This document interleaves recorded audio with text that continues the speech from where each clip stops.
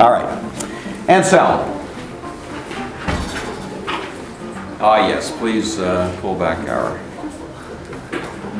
wayward students. Students. There we are. Come right in. Welcome back. Yeah. All right. Anselm is the last great Platonist. That's the first thing you want to have in your mind. He is, in a sense, the last hurrah of the Augustinian philosophy theology. By the time we get to Anselm, there has been a great seismic shift in Christian outlook. Aristotelian ideas are out there. Islam, Judaism, both are using Aristotle to critique the Christian faith. And it seems as if Platonism has less and less of a place to work from. So please understand that. I don't know how else to picture it, except that, if you can sort of say, if this is a timeline, and let's say here's the time of Augustine, and here's the time of, let's say, Thomas Aquinas. That's not quite right. Let's say 1300. He dies in 1276. So, all right. In a sense, at the beginning of this period, Plato dominates because of Augustine. Aristotle is on the outs. Right? Aristotle's a bad guy. We don't like Aristotle when we're living in the year 400. Platonism and the Platonic approach to philosophy and indeed to theology dominates. And so that kind of continues, but over the process of this, several hundred years, Platonism is continually being attacked. And the attack is coming from, let me see if I can really do this cool, multicolors. The attack is coming from the Aristotelian perspective. So even though Aristotle's a bad guy from the Christian point of view, the very fact that he's viewed negatively by Christians makes him a weapon for non-Christians. And just as Aristotle attacked Plato, so Aristotelian philosophy began to attack Christianity. The principal enemies that used Aristotle to attack the Christian faith are, first of all, Islam, and secondly, Judaism. Now, this doesn't happen immediately, of course. Muhammad doesn't even, what is he, 600s? And the intellectual form of Islam doesn't really arrive until you get to the era of Baghdad, which is like 7, 8, 900, and so on. But gradually, this is the wrestling match. And so, the Platonic approach continues more and more to sound like old news, not really relating, in a really powerful way to the critique from the Aristotelian side. Until finally, the church is forced to get into the ring and fight with, in terms of an Aristotelian conversation on its own terms. And of course, the great genius who does that for us is going to be Aquinas. So here's the sea change. We start with Augustine, we end with Aquinas, and over the period of time we see the sort of philosophical outlook of the church turn on top of itself, and we shift from a Platonic to an Aristotelian outlook. The great Aristotelian scholars that lead up to Aquinas are Islamic. Averroes is the name I gave you the other day. Others who were challenging. In the universities of Europe, Christian outlook, this would be the University of Paris and so on, Bologna, other places, where the Christian faith is being challenged by this kind of Aristotelian outlook. You have at the same time, kind of in this time frame, the Renaissance, which is highly Aristotelian in its outlook. Much more emphasis on this world. Much more emphasis on, nature. Not so much emphasis on great divine images. Does that make sense? So that's kind of the big picture of what's going on here. Well, Anselm, my point is the last guy, sort of the last hurrah of Platonism. So even though Platonism is on the wane, Anselm himself is a great thinker in that Platonic tradition.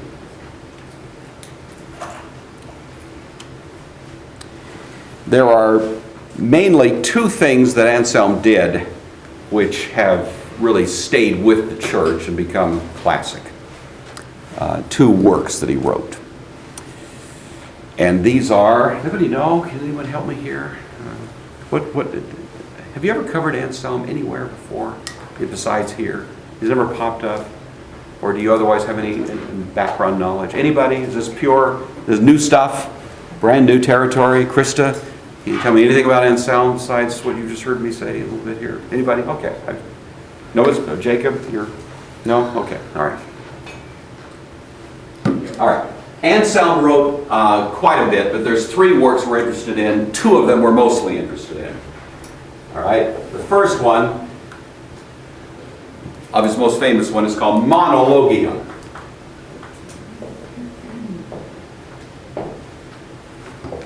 The second one is called Proslogium.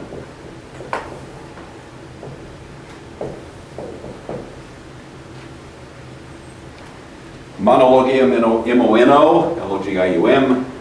Proslogium, P-R-O-S-L-O-G-I-U-M, Proslogium. The third one is called Cur Deus Homo. And it doesn't, the title will not show the question mark, but I'm going to show the question mark because it is indeed a question. All right.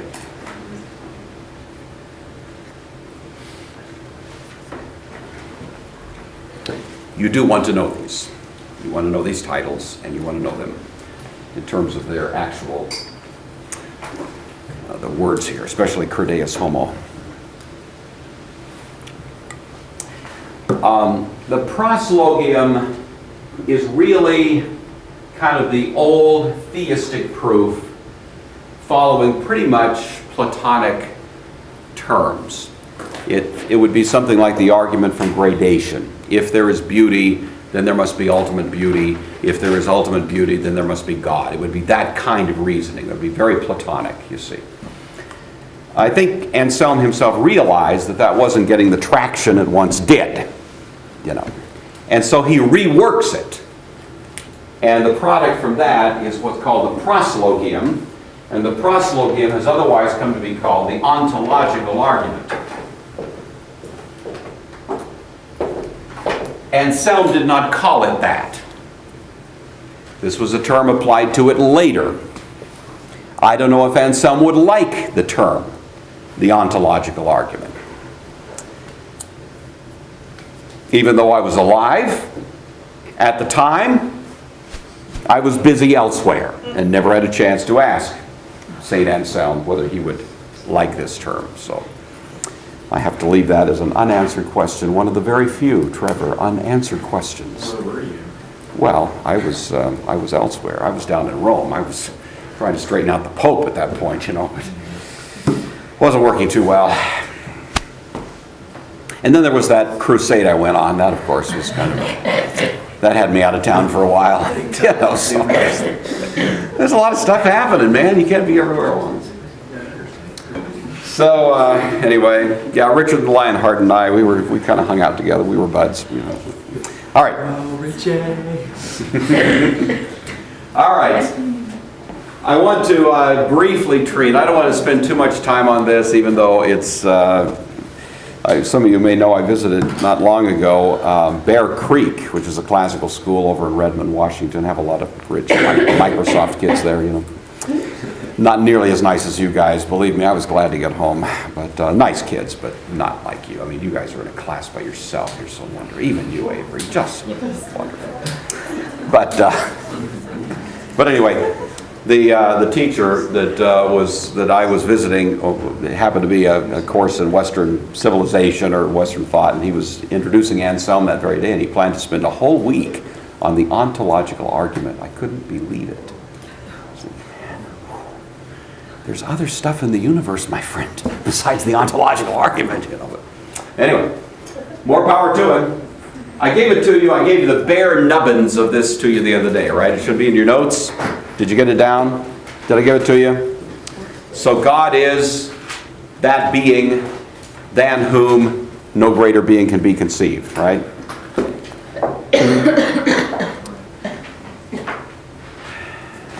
You must have caught whatever I had.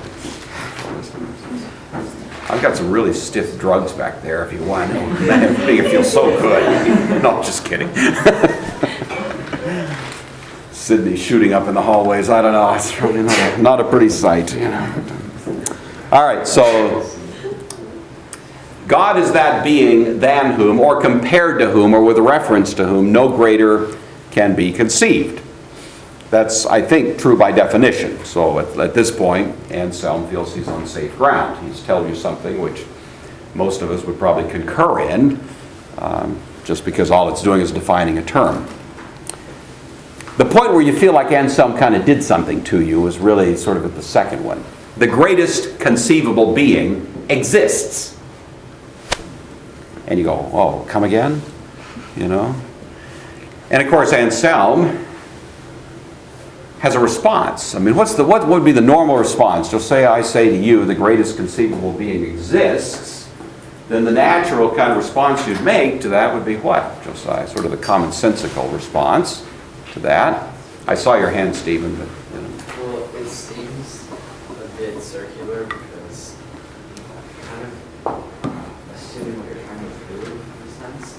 just take the statement itself. The greatest conceivable being exists. What, aside from what may be the circularity of the argument as a whole, what of that precise statement makes you feel like you just had something done to you? What's Well, I wonder, who is the greatest conceivable being? All right. What are you talking about? Maybe it's the word conceivable. That part's kind of tricky. Okay. Stephen, you were going to say something. I was going to say, when you say that the greatest conceivable being exists, I would just ask, how do we know that he exists? Okay. That's sort of that's the normal response to that, isn't it? And what do you suppose Anselm's response to that would be? Because obviously people in his own day raised that. That's kind of the obvious. Wait a minute. What do you mean the greatest conceivable being exists? How do you know the great?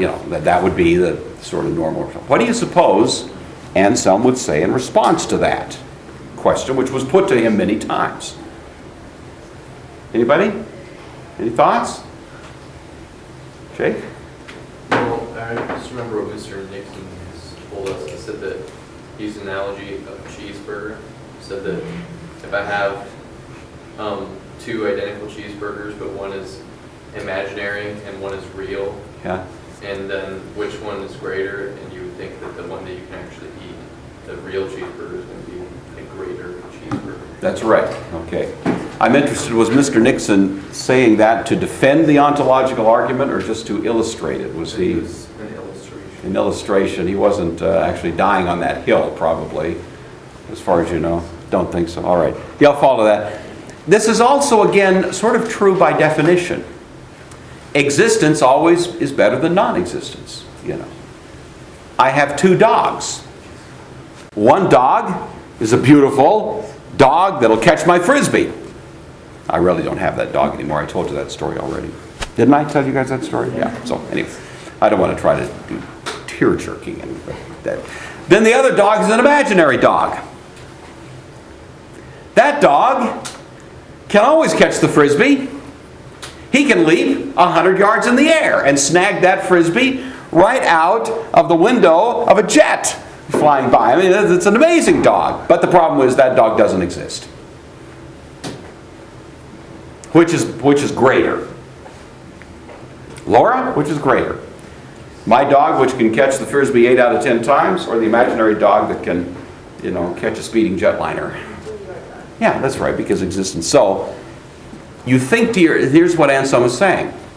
You have an idea of God in your mind, And I bet if we went around the room and described the idea of God that you have in your mind, we would find it is strikingly similar to the idea everybody else has of God, the greatest God, the greatest conceivable being in our minds.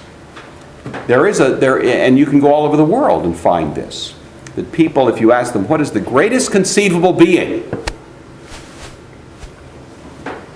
You'll find a striking amount of a common understanding there. But he then says, okay, this greatest conceivable being, as you conceive of him in your mind, do you conceive of him as existing or not existing? And you say, well, if I conceive of him as non-existing, then there's still another being that I can conceive of that is greater than that non-existing being, namely the one that does exist. Because the greatest conceivable being, by definition, exists, doesn't he? Therefore, God exists. You go,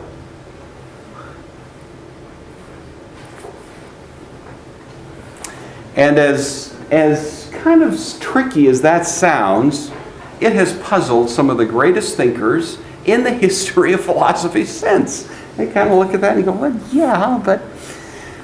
Now, at the time that Anselm first raised it, first published Proslogium,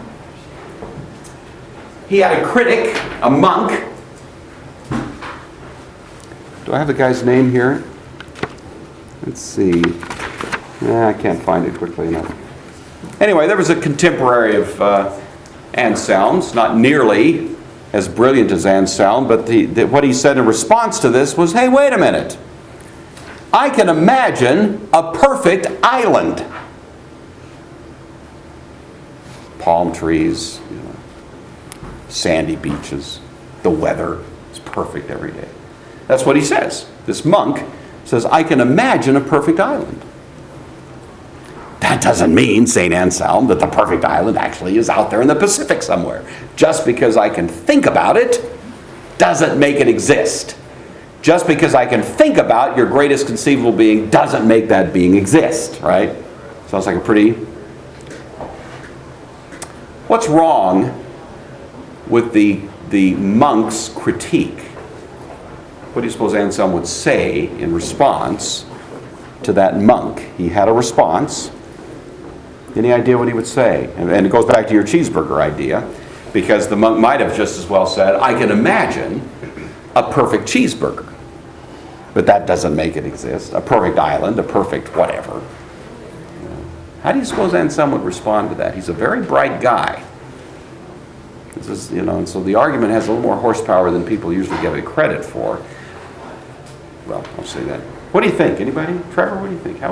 Any idea how Anselm would respond to that? Just because I can imagine a perfect island doesn't mean necessarily that that perfect island exists. I guess you could say that it's not a perfect island because it doesn't exist, or there's no such thing. Do you think Anselm would say that if I can imagine a perfect island, then the perfect island must exist? Would Anselm say that? No, he would not. So somehow or other, Anselm sees his idea of a being than whom no greater can be conceived as a different kind of thing than a perfect island, perfect milkshake, perfect whatever, Any ideas? Anyone want to take a bite of that? Krista, any idea? Anyone want to take a shot at that one? What would Anselm say to that?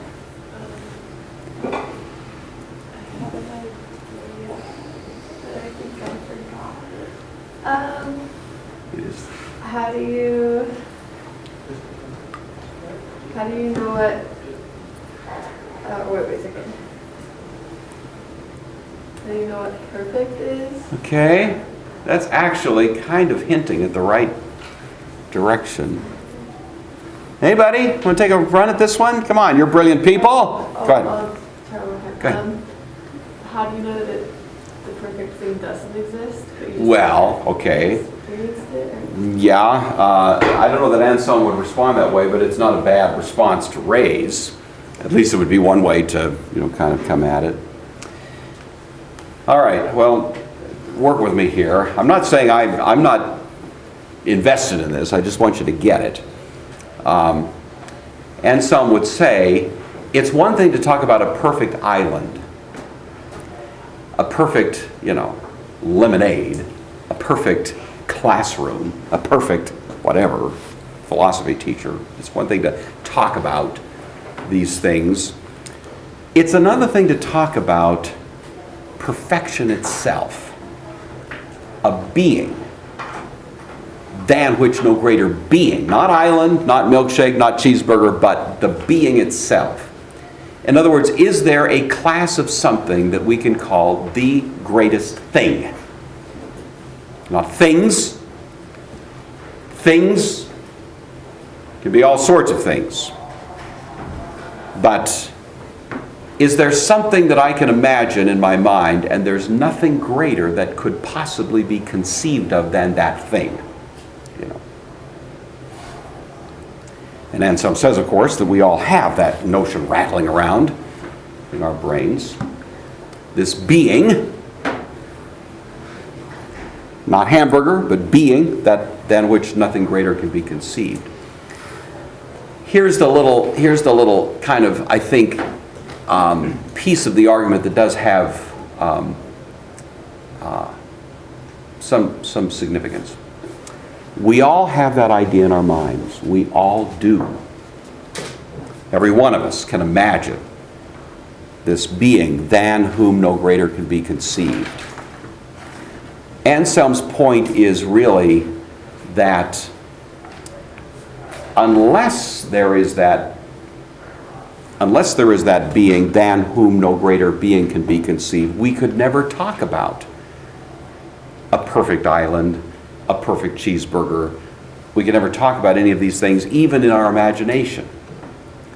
In other words, if I can put it this way, what Anselm is really proving is not so much, and I'm not sure he would agree with me on this, but I'm going to speak for him now. I don't think Anselm is necessarily proving so much that this greatest conceivable being exists, but he's proving beyond a doubt that all of us believe that he exists. You see?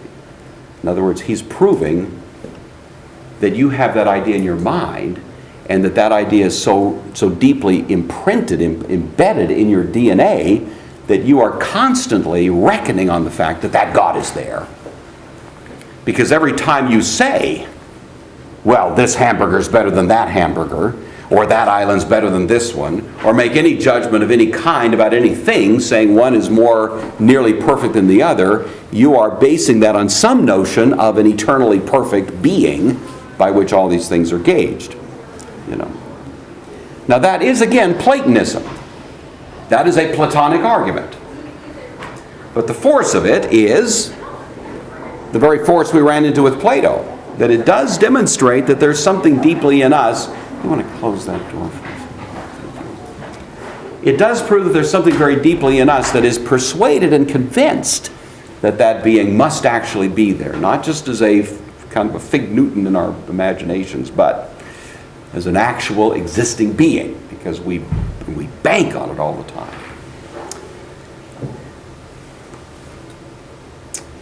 No, anyway, that's the ontological argument. I do think it's just one more way of stating kind of a Platonic argument. It's really just another way, in some ways, of doing what Anselm did here, but it brings it to a much more acute pitch. And so anyway, you should be somewhat familiar with it. And you might toy with it occasionally. I do think this, by the way, that if you can use this apologetically, even though on its face it's not going to persuade anybody, if you learn to use it more in kind of as a casual weapon in conversation, you can get some mileage out of it. I certainly have.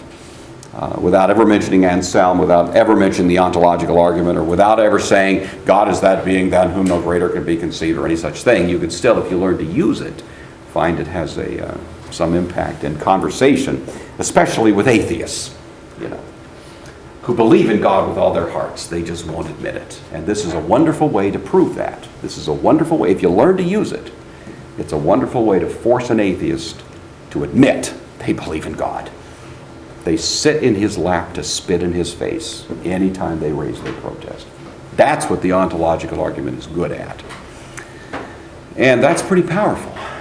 I do think that's really what Paul is saying in Romans chapter 1. When they knew God, they refused to acknowledge him. Not when they should have known God, could have known God, might have discovered God, should have found him out there. It's when they knew him that they refused to acknowledge him. I really think that that's true of your atheistic friends. I don't know if you have atheistic friends, but you will. As you go off to Pagan U, you're going to meet them, and they're going to poke fun at your Christian faith. And lots of Christians just run and hide or just quote verses or something. But if you can learn to just, get inside the skin of that atheistic psychology and make them face themselves, you'll find, you have to be careful with this, but you find it can be very potent. The reason I say you have to be careful is because there are some, Francis Schaeffer, in fact, tells the story of when he started L'Abri, of getting these kids that were kind of whacked out anyway. This was the late, this 50s and 60s, and kids were sort of in a existential malaise, and they would show up. And at the beginning, Francis Schaeffer was pretty brutal in forcing them to confront the implications of their own sort of meaningless philosophy of life. And he could do it with a certain degree of force. And he did it that way until once one of those people that he had just confronted, a couple of days later, went and committed suicide. And then Francis Schaeffer said, note to self, you got to be gentle. Atheists are fragile. I want you to know that. They are fragile. You need to handle them carefully. They live in a universe that is intolerable to the human psyche. And they don't like being there, even if they say they do. And if you're brutal enough with them and making them not face your Christianity, but face their atheism, if you do that effectively enough, they can have a meltdown. And you want to be cautious. It's a powerful weapon. I'm quite sincere about this. But you should learn to use it lovingly to reach that poor person and help them to see God's grace in the midst of their meaninglessness, So anyway, I think that's what this argument's good for, and for that reason it's worth kind of mastering it. All right, the other, do we have time? Yeah, we'll kind of tuck this in. Cur deus homo, ever encountered that? Anybody know anything about cur deus homo? All right, anybody can translate this? Go ahead. Sydney? I think it says, why God man? Exactly. That's what you want to know. That is the title. Why God man?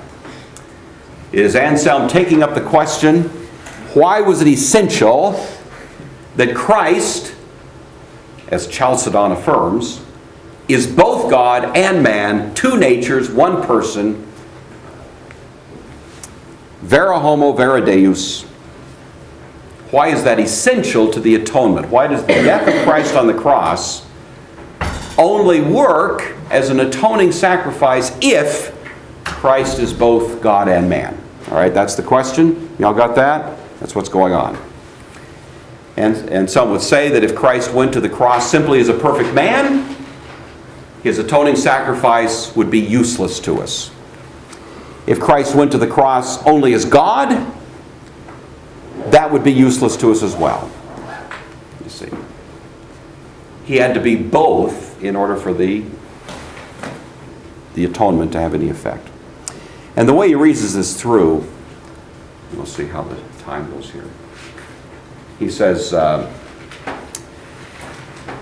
if I commit a sin, then I have robbed God of his honor. I'm supposed to honor God with my life, and in my slightest sin, telling a little lie, whatever I might do, falling short, I have robbed God of the honor that he is due from me. And how much do I then become indebted to God for having robbed him of his honor? What's the quantum of the debt there, Trevor? How much do I owe God if I neglect to obey him in the slightest measure in my life? In a sense, I, as a result of that, owe him what? Owe God what? You owe him your own life? Mm-hmm. And would my own life repay the debt? No. The debt I owe God is what? It's an infinite debt. My slightest sin incurs an infinite debt. Not because I'm worth so much, but because God is worth so much. God is infinitely dignified, limitlessly glorious, and I therefore owe him perfect obedience, and my slightest act of disobedience robs God of an infinite quantity of the honor that I owe him. You see. So it puts me infinitely into the debt of God.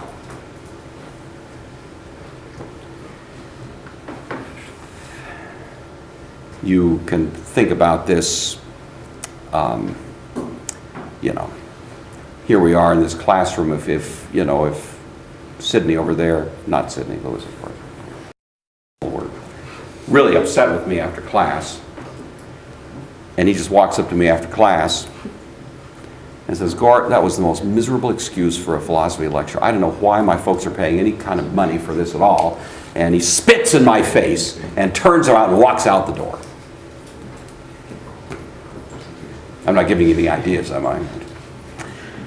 All right. Would that be an indignity to me? Would that be an insult to me? Even if I deserved it, which I probably do. But would it be an insult to my dignity to do that? Okay. Now, Avery, you are the judge. I have sued Sydney for the indignity. This, by the way, is a battery. It's a tort. I could sue him. And you're the judge. And you are now required to assess money damages for the insult I have sustained because of the indignity of having Sydney spit in my face. How much are you going to award to me in dollars to compensate for the spittle that I had to mop off my face in this insult? Well, I would take into consideration how much you spent on your lawyer and all that. Okay? And he would probably just have to pay that straight up. And then, I don't know how to put I know, but juries do it every day of the week, so you just got to do it. Someday you'll be on a jury and you'll have to do this. Put a dollar sign on it. How much? Just give it a dollar sign. Cole says $3 million. $3 million? Sydney, come on up, pal. Make my day. Well, Nicole, I appreciate your generosity. It'll never get $3 million. Never. I was thinking more along 100,000. Not even 100 grand. Believe me, no judge is going to give you 100 grand. But he might give you, $100, let's say, at the most. Okay, yeah, I mean, hey, I'm just a school teacher. Now let's say that Sydney is not so much upset with me, but let's say the President of the United States shows up, and Sydney somehow muscles his way into the crowd. Sydney, good strong Republican, has had it with this guy, and he gets close enough that he's able, in some fluke, some breakdown of Secret Service protection, to spit in the face of the President.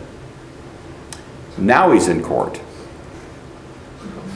Do you think the judge would award more under those circumstances than to me? Answer, yeah. He's going to do felony time. I mean, it's not just a fine, which could be, upwards of your Nicole's, $3 million. He could do 5 years in jail for that, you see. You see the difference? Now, please get this. It's the same act. It's still spitting in the face of a human being. But depending on the dignity of the face being spit into, the weight of the crime changes. You see that? If it's the President, it's a whole lot more significant than if it's Gore. Now I want you to just ask the question, what if it were the face of God? What if we spit not into the face of just a human being, but in the face of God? And you realize every time we disobey Him in the slightest measure, that's precisely what we're doing. We are spitting at the divine dignity of God. So how much hard time do you think you do then? If I spit in God's face, is 5 years in the slammer going to do it? How long does it take? How long does a person have to be put in a position of indignity himself to compensate the injury to the God who has been insulted? How long does it take? How long? Pardon me? Forever. Hence, the doctrine of hell in the Christian religion is a doctrine of an infinite period of time. Not just 5 years, not just 5 million years, because it takes precisely forever to pay back the debt. You know, that's all. Do y'all see that? Now that's only about halfway through his Cur Deus Homo argument, so I want you to hang on to that, because I will not see you tomorrow, because you're going to be off playing in some silly library somewhere. But Thursday we will return to this point and try to finish it up. Ciao.